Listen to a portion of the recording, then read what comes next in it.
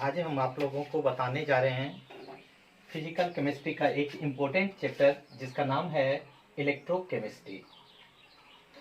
JEE के दृष्टि से या नीट के दृष्टि से इस चैप्टर का काफ़ी महत्वपूर्ण योगदान है। इम्पोर्टेंस इसका इतना है कि इससे हर साल 2 से 3 क्वेश्चन आपको पूछा जाता है, इसलिए इसको हम सही ढंग से और केयरफुली तरीके से इसको पढ़ेंगे। देखते हैं इसके बारे में कुछ कुछ टर्म आती है, उस टर्म को देखेंगे, एक एक कंसेप्ट क्लियर करते चलेंगे और आगे बढ़ते चलेंगे। तो देखिए पहले इसका मीनिंग क्या होता है electrochemistry.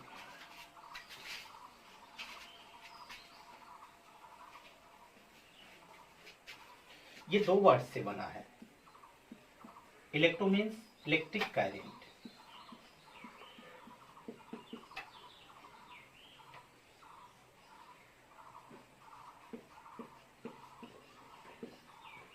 Chemistry means chemical reaction. तो इलेक्ट्रोकेमिस्ट्री आपको 2 वर्ड से लिया गया है। पहला वर्ड इलेक्ट्रो है जिसका मीनिंग क्या होता है इलेक्ट्रिक करंट। दूसरा वर्ड क्या है केमिस्ट्री जिसका मीनिंग क्या होता है केमिकल रिएक्शन। तो इसके बेसिस पे हम कह सकते हैं, देखिए इलेक्ट्रोकेमिस्ट्री क्या है।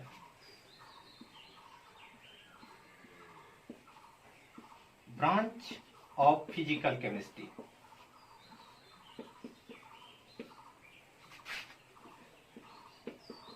which deals with EE electrical energy to CE chemical energy vice versa. मतलब हम कह सकते हैं कि इलेक्ट्रोकेमिस्ट्री फिजिकल केमिस्ट्री का वह पार्ट है जिसमें इलेक्ट्रिक एनर्जी को केमिकल एनर्जी में बदला जाता है या केमिकल एनर्जी को इलेक्ट्रिकल एनर्जी में बदला जाता है। इस बेसिस पे हम कह सकते हैं कि सेल आपको 2 तरह के होते हैं। देखिए पहला सेल क्या होता है,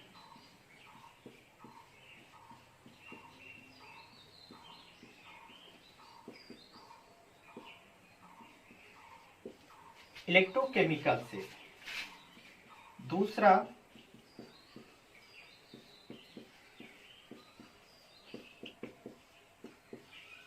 इलेक्ट्रोलाइटिक सेल।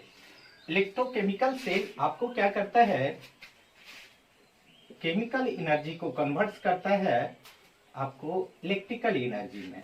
और इलेक्ट्रोलाइटिक सेल जो होता है वो क्या करता है, इलेक्ट्रिकल एनर्जी को केमिकल एनर्जी में कन्वर्ट कर सकता है। तो इलेक्ट्रोकेमिकल सेल को आप डेनियल सेल के नाम से भी जानते हैं।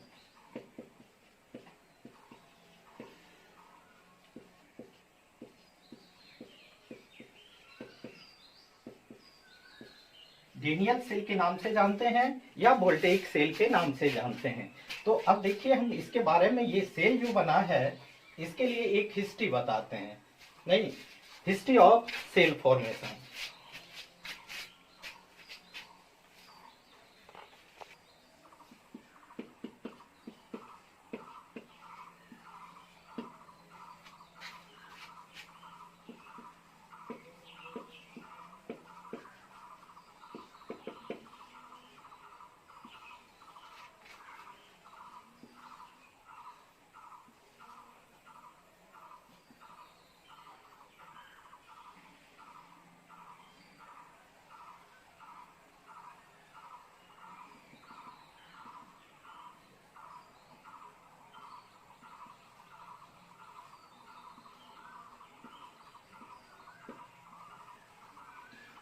ये जिंक रॉड है, इसको क्या किया गया है, कॉपर सल्फेट सॉल्यूशन में डिप किया गया है। जिंक रॉड को क्या किया गया है, कॉपर सल्फेट सॉल्यूशन में डिप किया गया है और एक इसमें थर्मामीटर डाल दिया गया है। एक्सपेरिमेंट के दौरान इतना किया गया था और कुछ समय के बाद जब देखा गया तो देखिए कॉपर सल्फेट सॉल्यूशन का कलर कैसा होता है, ब्लू। कुछ समय के बाद देखा गया तो ये इसमें कन्वर्ट हो गया, इस स्टेज में कन्वर्ट हो गया।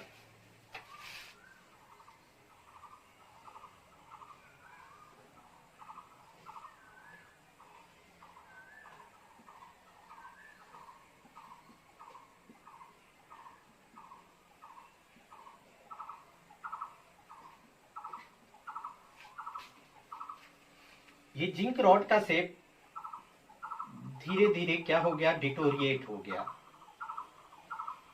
उसके बाद ये ब्लू कलर का सॉल्यूशन जो था ये फेड हो गया, नहीं। और ये टेम्परेचर जो था थर्मामीटर के द्वारा जो टेम्परेचर को मेजरिंग करने के लिए लगाया गया था, तो टेम्परेचर इससे इंक्रीज कर गया।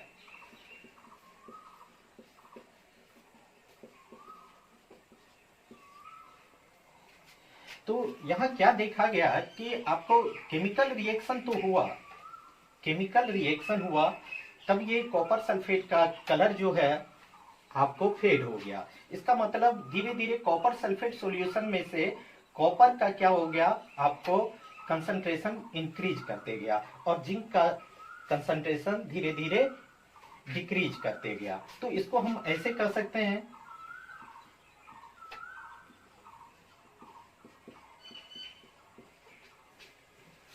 ये जिंक जो था वो जिंक आयन में कन्वर्ट हो गया और ये 2 इलेक्ट्रॉन रिलीज कर दिया।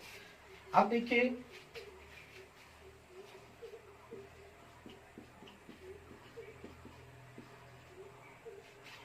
कॉपर आयन जो था, कॉपर सल्फेट जो था, उसमें से कॉपर आयन जो है वही 2 इलेक्ट्रॉन लेकर के कॉपर में कन्वर्ट हो गया। जैसे जैसे सॉल्यूशन में कॉपर का कंसंट्रेशन इंक्रीज किया, उसका कलर चेंज होते गया।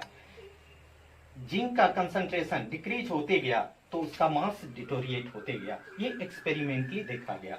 इस एनर्जी को कन्वर्ट नहीं किया जा सका, इस एनर्जी को कन्वर्ट नहीं किया जा सका। तो ये डायरेक्ट रिएक्शन था, इसलिए इसको कन्वर्ट नहीं किया जा सका। लेकिन फिर भी यह एक आइडिया दिया, आगे सेल के फॉर्मेशन के लिए यह एक आइडिया दिया, जिसके बेसिस पे बाद में साइंटिस्ट ने सेल का फॉर्मेशन किया।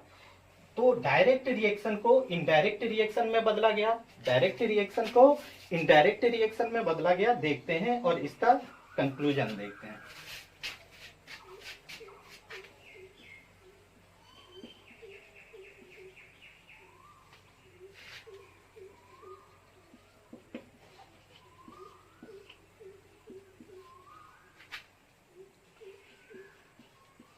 मास of zinc rod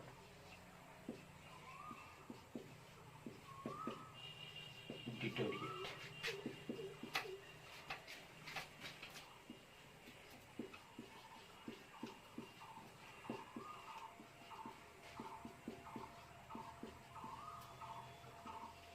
Temperature increases.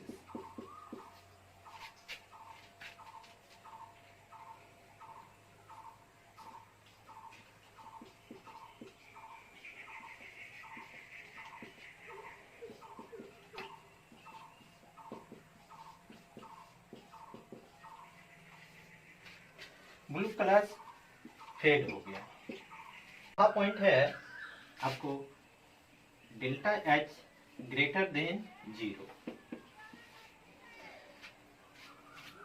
अब देखते हैं इस डायरेक्ट रिएक्शन को इनडायरेक्ट रिएक्शन में कैसे बदला गया और उसके लिए किस तरह का कंस्ट्रक्शन किया गया।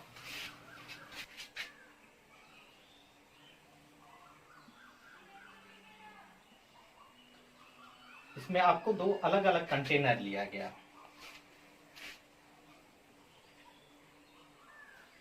एक कंटेनर में आपको जिंक रॉड को डिप किया गया,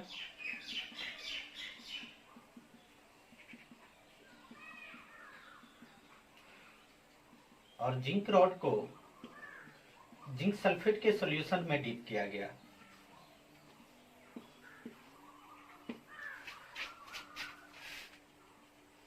दूसरे कंटेनर में आपको कॉपर का रॉड लिया गया और इसको कॉपर सल्फेट के सॉल्यूशन में डिप किया गया।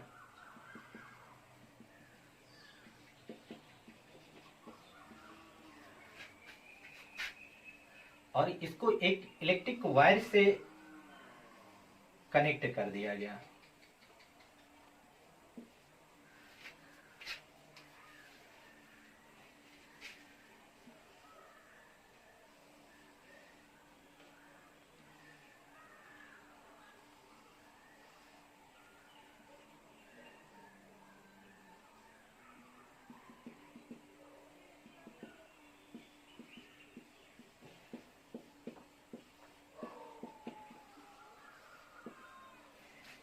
और यही इनडायरेक्ट रिएक्शन किसके लिए अप्लाई किया गया? आपको इलेक्ट्रोकेमिकल सेल के लिए।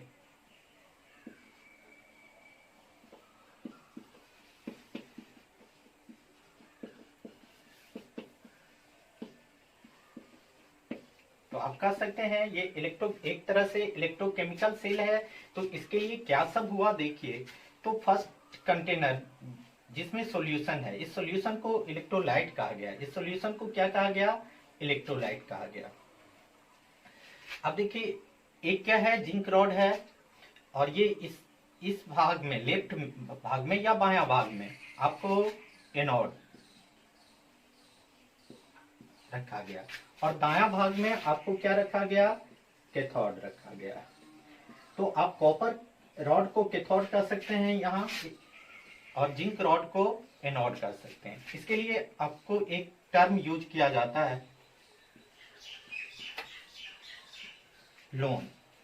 अब देखिए लोन का मतलब क्या होता है? एल से क्या होता है? लेफ्ट। ओ से क्या होता है? ऑक्सीडेशन। ए से क्या होता है? एनोड।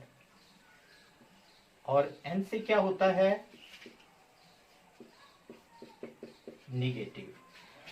आपको ऑक्सीडेशन की क्रिया जो होती है वो हमेशा आपको एनोड पे होती है। ऑक्सीडेशन की क्रिया कहाँ होती है? हमेशा एनोड पर होती है। और ये नेचर में क्या होता है?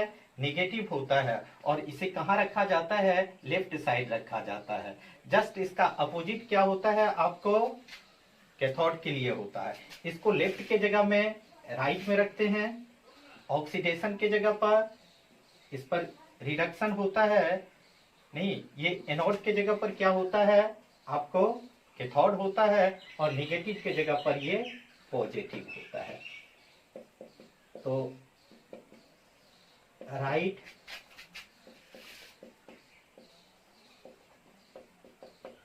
रिडक्शन कैथोड,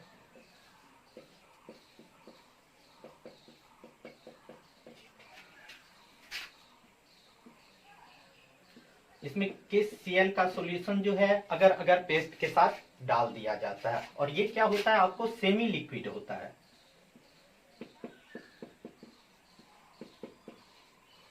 और ये कंप्लीट इलेक्ट्रोकेमिकल सेल का बनावट है। हम इससे पहले जो देखे थे उसमें क्या होता था? रिएक्शन होने के बाद हीट हो जाता था और उसको एनर्जी में कन्वर्ट नहीं किया जा सकता था। लेकिन इसमें केमिकल एनर्जी को इलेक्ट्रिकल एनर्जी में कन्वर्ट किया जाता, और ये स्पॉन्टेनियस रिएक्शन ये भी होता है। और इसमें क्या होता है? आपको स्पॉन्टेनियस रिडॉक्स रिएक्शन होता है। एक कंप्लीट सेल के लिए ये क्या है? एक कंप्लीट सेल का डायग्राम है। इसके लिए हम कह सकते हैं क्या सब होता है। देखिए एक ऑक्सीडेशन हाफ सेल होता है, दूसरा रिडक्शन हाफ सेल होता है, तीसरा साल्ट ब्रिज होता है। तो कंपोनेंट्स ऑफ सेल कह सकते हैं हम।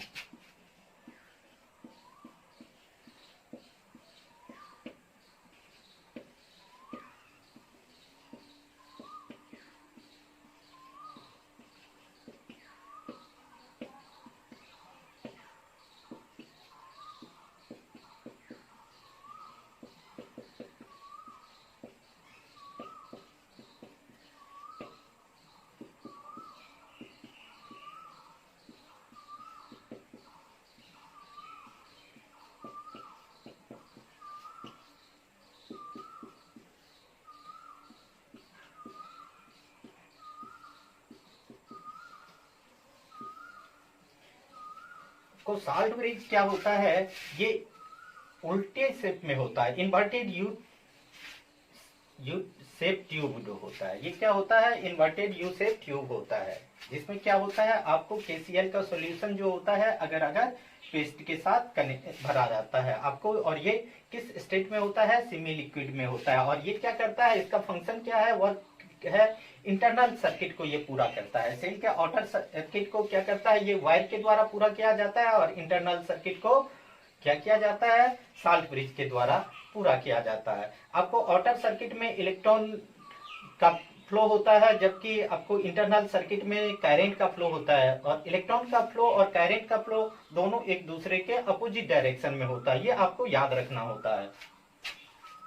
और यहाँ आपको लोन का मीनिंग समझ में आना चाहिए, और एक एक करके हम देखते हैं। तो देखते हैं ऑक्सीडेशन क्या होता है, या ऑक्सीडेशन हाफ सेल क्या होता है, रिडक्शन हाफ सेल क्या होता है, साल्ट ब्रिज क्या होता है। एक एक करके हम हर टर्मिनोलॉजी को देखते हैं। अब देखिए क्या होता है, हम यहाँ दो टर्म इस्तेमाल किए, एक एनोड इस्तेमाल किए और दूसरा कैथोड इस्तेमाल किए। नहीं, ये दोनों क्या होता था? मेटल रॉड होता था। नहीं, इस दोनों को इलेक्ट्रोड कहा जाता है। तो ऐसा नहीं है कि सारे मेटल रॉड को आप इलेक्ट्रोड कर दीजिएगा। तो देखिए वही मेटल रॉड इलेक्ट्रोड होता है जिस पर चार्ज डेवलप होता है। यदि जिस मेटल रॉड पे चार्ज डेवलप नहीं हुआ तो उसको इलेक्ट्रोड नहीं कहा जाता है। तो देखते हैं इलेक्ट्रोड।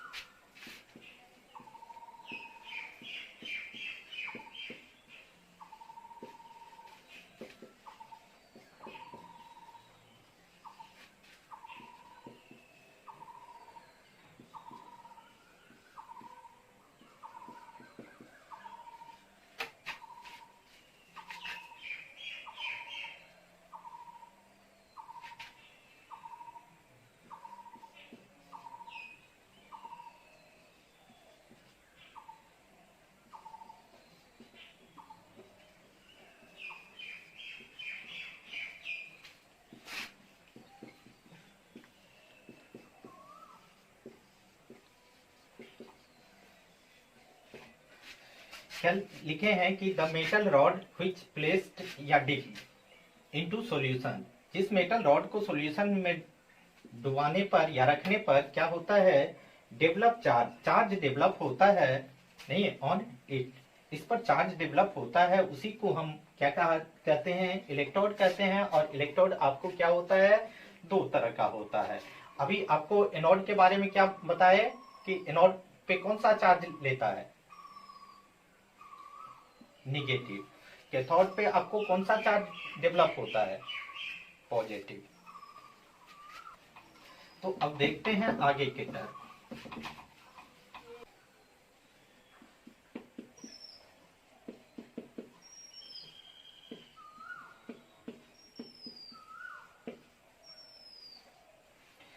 क्या है? Oxidation half cell.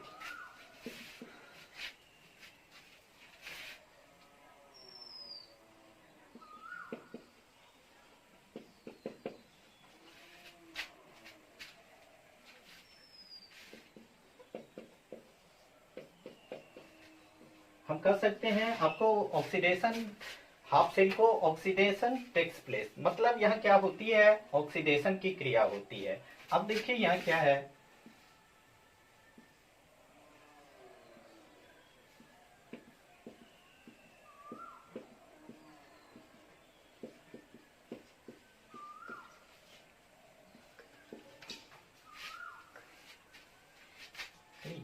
ये जिंक रॉड है और ये ZnSO4 सॉल्यूशन है। तो अब देखिए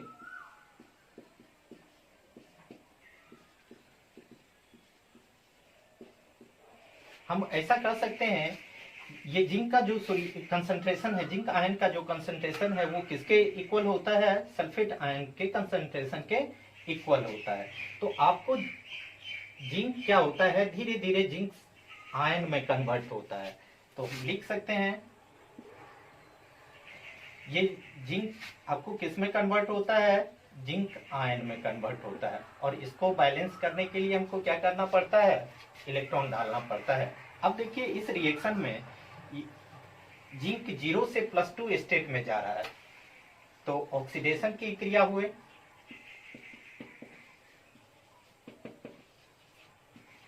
तो इसलिए हम क्या लिखे हैं, ऑक्सीडेशन हाफ सेल का मतलब क्या हुआ, ऑक्सीडेशन टेक्स प्लेस। जिस सेल में या जिस आपको कंटेनर में क्या होती है, ऑक्सीडेशन की क्रिया होती है, उसी को क्या बोलते हैं, ऑक्सीडेशन हाफ सेल।